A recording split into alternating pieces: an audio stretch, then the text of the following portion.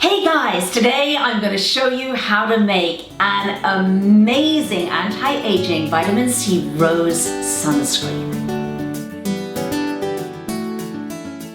Alright, so this is a follow-up to the base sunscreen recipe that I shot a couple of weeks ago. So if you haven't seen that particular video, please hop along and see my base DIY base sunscreen video, because that just gives you the sort of basic recipe, and then today I'm showing you how to kind of enhance it if you like.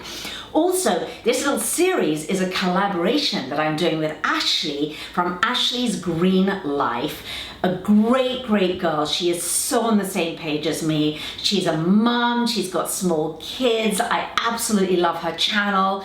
So please hop along and you can see, particularly if you're a mom, how you can customize this for your little ones. But I'm showing you how to customize it for the big ones, the big girls, and how to make it into something really special, a beautiful product that's really sort of anti-aging for your skin. So this is a sunscreen.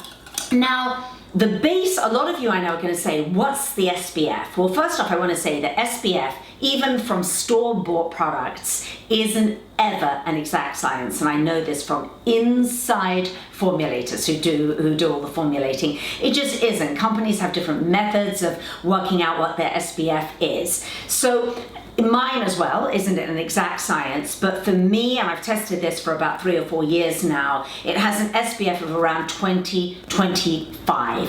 But remember, the SPF comes from zinc oxide, which is a mineral, which is much safer than chemicals, much safer than chemical sunscreens, and healthier.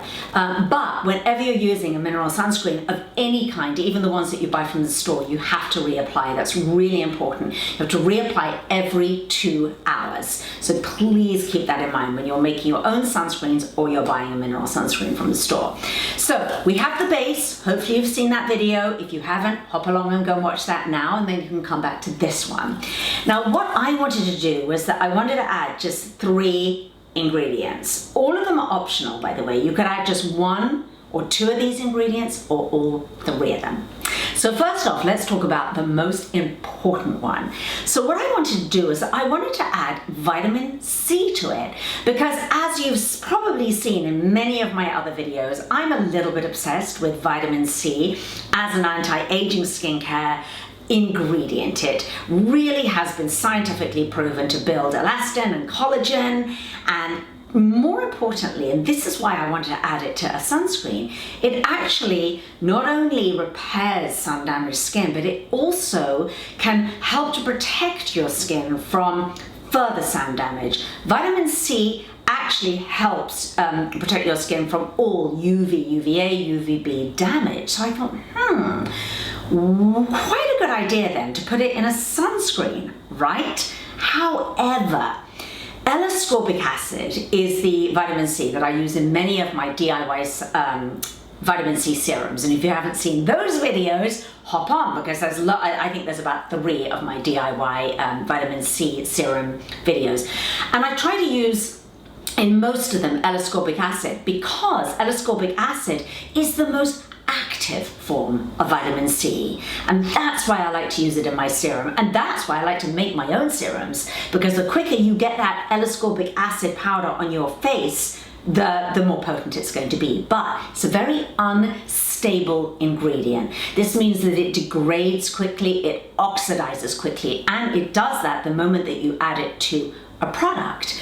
So for this recipe, I've chosen to use a very stable form of vitamin C, and I'll put the link underneath the video. It's magnesium ascorbyl phosphate, and it comes as a powder, very inexpensive as well, just a white powder, just the same as the ascorbic acid does. So to my base, what I am going to do is I'm going to add 1 teaspoon And rather than dump it straight into that mixture, I'm simply going to, you can mix it with a little bit of distilled water. I'm actually mixing it with a little bit of the chamomile tea infusion that I used for this base recipe. But either one, you can, and if you're using water, use distilled or purified water. So you just need a little bit of, a tiny bit of water, and then you're going to dissolve it. It dissolves right away, which is really, really great. And then what I'm going to do, now it's still warm, by the way, the base of my sunscreen. So it's still, that's why I've kept it in this double boiler, this bain-marie. So I'm simply going to add that, in it goes. And you want to whisk pretty vigorously as that goes in there. Oh my gosh, I'm so excited about this recipe. I cannot stand it. I'm going to be using this all summer long. Okay, so that's gone in there.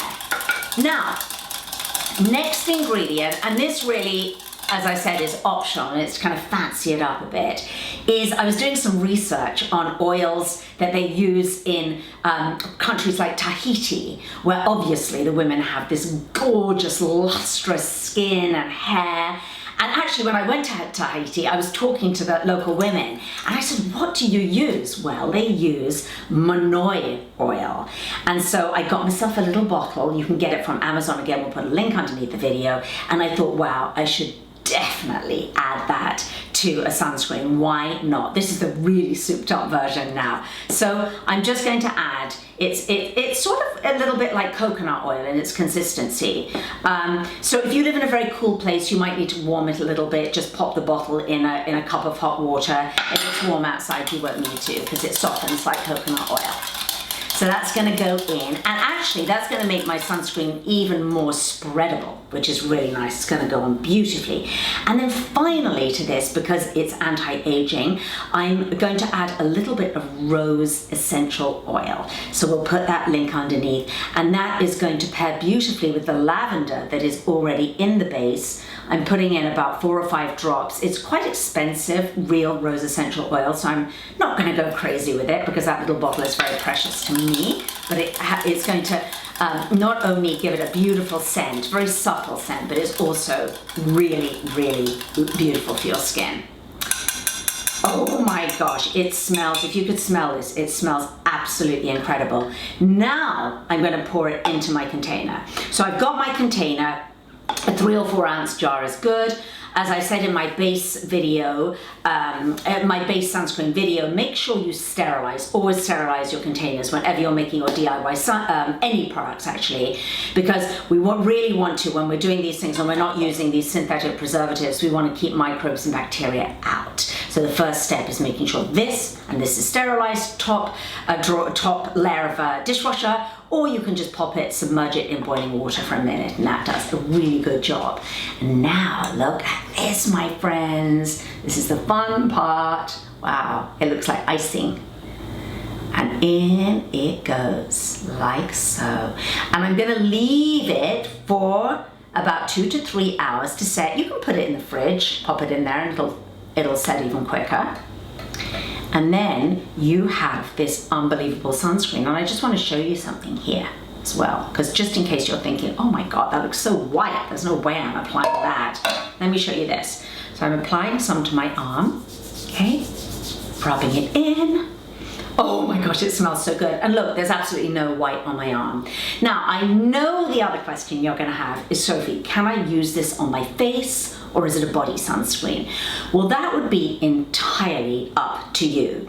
It depends on your skin type. If you have really dry skin, then I would say, because you've got a lot of oils and butters in here, then you could use it on your face. But if you tend to break out, you probably wouldn't want to. You'll probably want to go for an oil-free sunscreen. So totally up to you. However, what I am going to say, because it's anti-aging, is use it liberally over your neck, your chest, your shoulders, your arms, and you can use it every single day. And then the other thing, remember to apply every 2 hours, super important. And the only other thing I want to say is that, because again we're not using a synthetic preservative, if you're not using this up within, I'm going to say, a month or so, keep it in the refrigerator. Very, very important. I'm going to give you one other tip, because when we're making all natural DIY products, again, I cannot stress how important it is that we need to keep the bacteria out, because those preservatives like parabens are there for a reason. They just keep the bacteria out. So, little tip here is when you're applying your sunscreen, use something other than your finger to scoop it out. And honestly, it could be like this. I could just dip in and use the end of a teaspoon, a wooden spatula. You know, if you're on the go, if you're traveling, just take a bunch of popsicle sticks with you, or if you're taking it to the beach, throw those popsicle sticks in your beach bag. And it's just an extra step, but it's an extra step to make sure that you keep this really free of bacteria and good for a long time. I love this recipe. I cannot wait for you to try it. And again, as I said before, if you want to make one that is more kid-friendly, hop along over to Ashley of Ashley's Green Life. All these links we're putting underneath the video. If you haven't already, watch the base video, because you can customize. You can toss in any kind of essential oils that you want to. You could even, I did think of this, by the way, is another lovely idea, is you could toss in some vanilla essential oil. But that isn't vanilla extract like from the grocery store, because that has alcohol in it. You need a proper vanilla absolute, but that'll give it that kind of tropical Tahiti, Hawaii kind of smell, and I know a lot of people love that with their sunscreens, so that might be something that you want to do. All right, guys, as usual, leave me your comments, leave me your questions. Thank you so much for watching. Please share this video with your friends, get them to subscribe to my channel so that they can see all the other, I think I must have over 100 DIY videos now, but there's a lot of them. So make sure you're subscribed, and I will see you next time. Bye, guys.